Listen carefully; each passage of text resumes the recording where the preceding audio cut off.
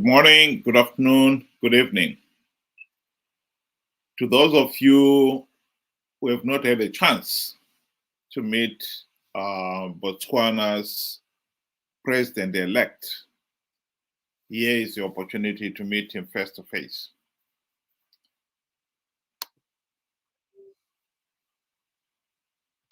It's a humbling responsibility. It's a responsibility one approaches and accepts with humility, with some trepidation, feeling, I dare not fail. I dare not disappoint. And I pledge with every fiber of my being that I will do everything I can, not to fail, not to disappoint, appreciating always the enormity of the responsibility bestowed upon me by the people of this republic. It is their government. And so I'm truly, truly humbled. And I approach it with all the humility I can master. And so that is why I lay myself open to criticism, even if it is acerbic and fierce and vicious. I'll listen and heed and try always to do what is right for the people, by them, and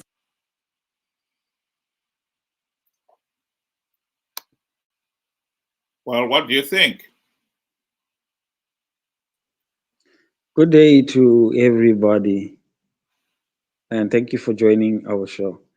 The first thing is I can say is, from what he has just said, a government for the people, by the people. And I think he's made it perfectly clear to say that, he is humble and he will do everything for the people. I think this is the key element for me, and that shows, the true sense of democracy. When one realizes that this position is not about him or her, this position is for the people. That's what I take from this clip. Well, I think you're right on the money there. The most important thing about Botswana is that ever since they attained black majority rule in that country outright, they were never really a colony in the same way as Zimbabwe and other countries were. They've nonetheless managed to run a political system that has always given the people of Botswana a meaningful say in the governance of the country.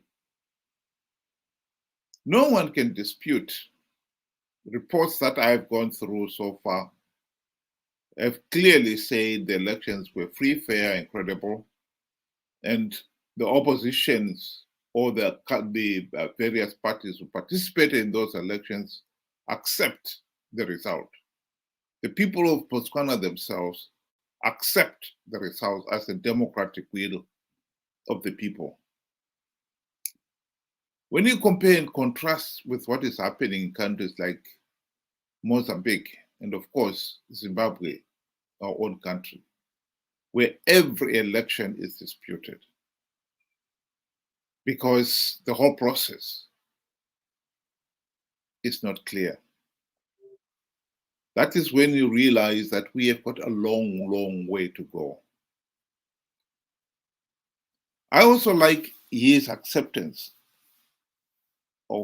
in his acceptance speech, that he accepts the responsibility with humility. He has made many promises, including creating 500,000 jobs in the next 5 years. The whole point is, even if he fails, he knows that the people of Botswana, if they're not pleased with his performance, they will remove him from office. In the case of Zimbabwe, let's face it, the country has been independent since 1980. We never had a meaningful say in the governance of the country. We have known that Zanu PF has failed, but we have never been able to remove the regime from office. And that is at the heart of this debate. I agree with you there. And if I may add, I was reading an article in one of our local Zimbabwe newspapers where, the outgoing president of Botswana has come out in the open and, conceded defeat, and he is respecting the will of the people. Now, this, we have had so many discussions, and some people have said that, democracy is non-existent and so forth. But, it may not be perfect, but this is a good example. It's a prime example of what democracy looks like. Where everybody is accepting the developments and the outcome of a process. Zimbabwean elections, on the contrary, nobody has accepted defeat. It's always, rigged elections, foul play, there's zero traceability, accountability is out of the picture. So, these are two contrasts. The Zimbabwean election, the one that we just had in 2023, which was marred with, violence, forcing people to attend rallies, forcing people to vote where they do not want. We had issues with FARs and so forth. In Botswana, it was free will. If somebody can dispute now and say democracy does not exist, then surely, I don't know how best it can be described going forward.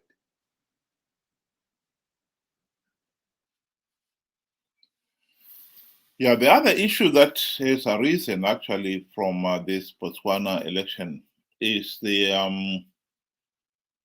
fireworks that this lady from South Africa seems to have ignited, at least in the Zanu PF propaganda machine. She has come under enormous fire with some of the Zanu PF apologists accusing her of being biased and lacking intellectual rigor.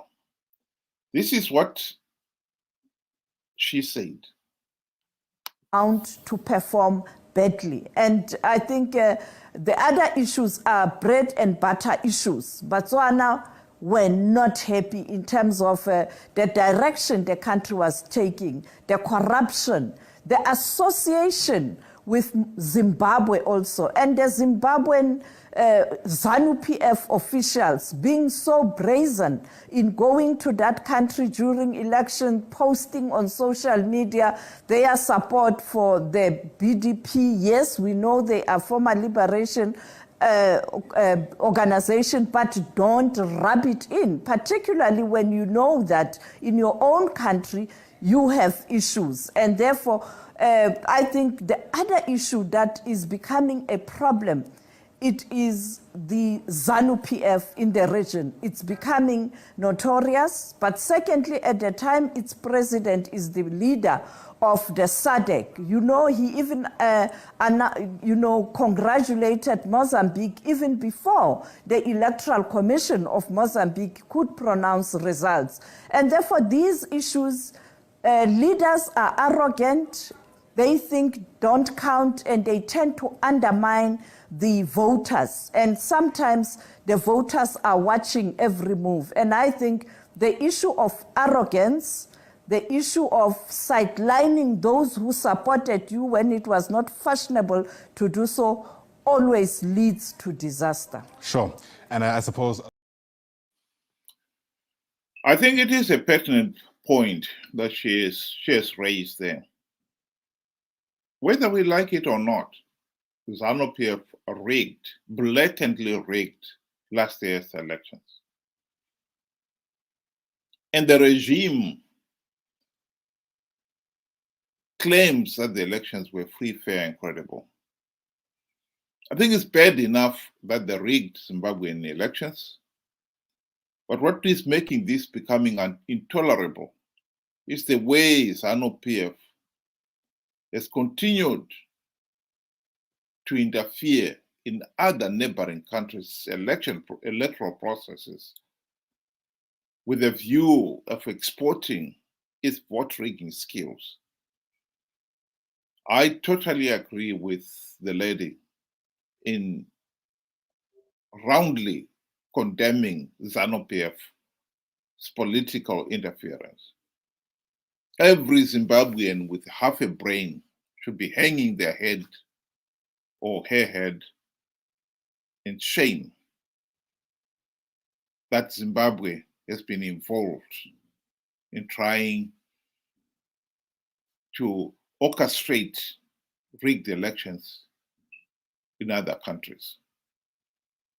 Here in the case of Botswana, Botswana's democratic institutions were able to withstand the interference. In other countries like Mozambique, that was not so. Because we all saw with our own eyes Zimbabweans on video claiming that they have got Mozambican ID and they were able to vote. Mozambique right now have had protests, and up to 13 people from the last time I saw the article have died in those protests. And we cannot deny that Zimbabwe had a hand in that political turmoil. Why did the regime allow Zimbabweans to acquire Mozambican IDs and then to go on and vote? It's unforgivable. It's totally, totally unacceptable.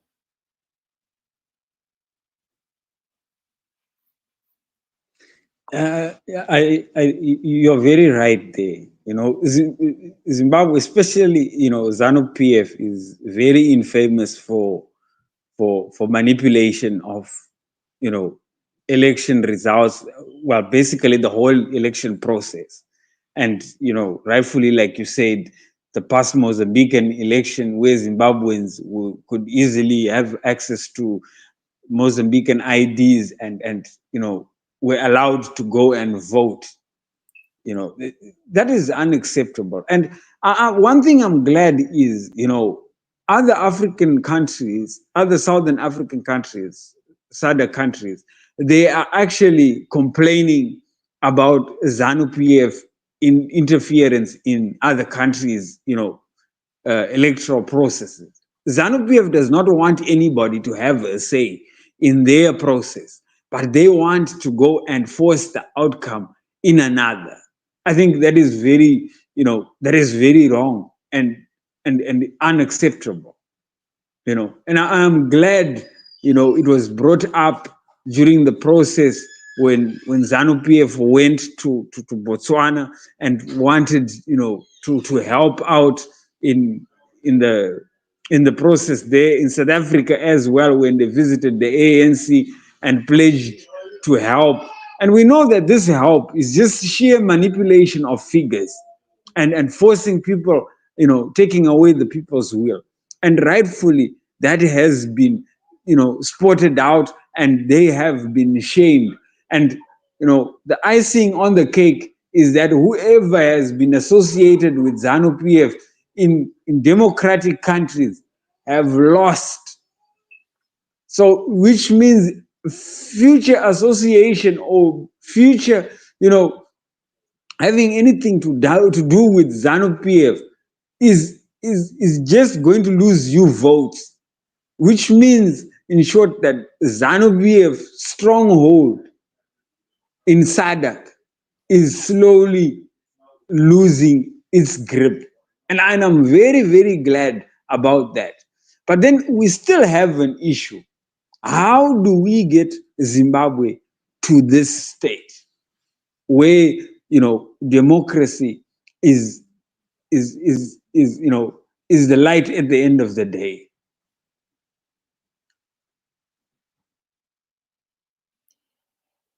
I think the question you've asked there is a pertinent one, and we must approach it in an honest way. The truth of the matter is, Zimbabwe has had many opportunities to end the Zanu PF dictatorship in the last 44 years since the country's independence in 1980. The best opportunity came during the GNU of 2008 to 2013. One of the tragedies is that Zimbabweans themselves have failed to learn what went wrong. Why have we failed to implement democratic reforms which would have ended the Zanu PF dictatorship? If we do not learn from the past, we are invariably going to repeat the same problem over and over again. Yes, with the electoral success in Botswana, it has created some euphoria among Zimbabweans that the same thing could happen in Zimbabwe. Just as the electoral victory in Zambia created some euphoria among Zimbabweans that it would be the same thing could be repeated in Zimbabwe. The truth is, it will not be repeated, because the two countries are at a different level. Botswana, like we've stated at the beginning, has a history of holding free, fair, and credible elections. Zimbabwe does not have that history. During the GNU, we had the opportunity to implement the democratic reforms which would have forced the country to hold free, fair, and credible elections. We failed to implement even one token reform during that period. And why Zimbabweans have failed to see that reality beggars belief. 2028 is around the corner. We have not implemented even one token reform since the last year's rigged elections. And the prospects are we are not going to implement even one token reform between now and 2028. Zanu PF has no intention to implement any reforms. And the mediocre opposition that is there right now in Parliament, in the Senate, and so forth, they are not going to implement any reforms. So where do we go from here? Well, the truth of the matter is, without reforms, Zanu PF will rig the elections. And if we participate in these flawed processes, we only have ourselves to blame. Because as long as we participate in our millions, as happened last year and in the past, SADC will be left no choice but to accept the results. Last year was a golden opportunity.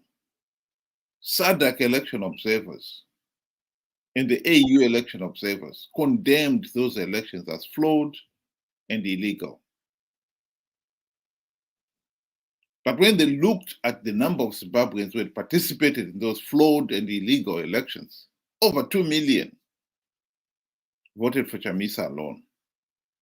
They had no choice but to accept the result. We cannot keep on participating in flawed elections and then complain afterwards that the elections were flawed. Particularly when, number one, we had the chance to implement reforms to stop the rigging. We did not. And then number two, we keep participating even after being warned that we should not be participating. That is the problem. What is the solution? The solution is we should stand our ground and say, no, we are not going to participate in flawed elections. The reason why so many people have been participating in these flawed elections is because the opposition, the MDC leaders, /CCC leaders, have been participating in these flawed elections out of greed. They know Zanu PF was offering a few gravy train seats to those who participate, and they could not resist that bait. It is the people themselves who can stop this. Right now, Zanu PF and our friends in the opposition are working in cahoots. We need to wake up to that reality.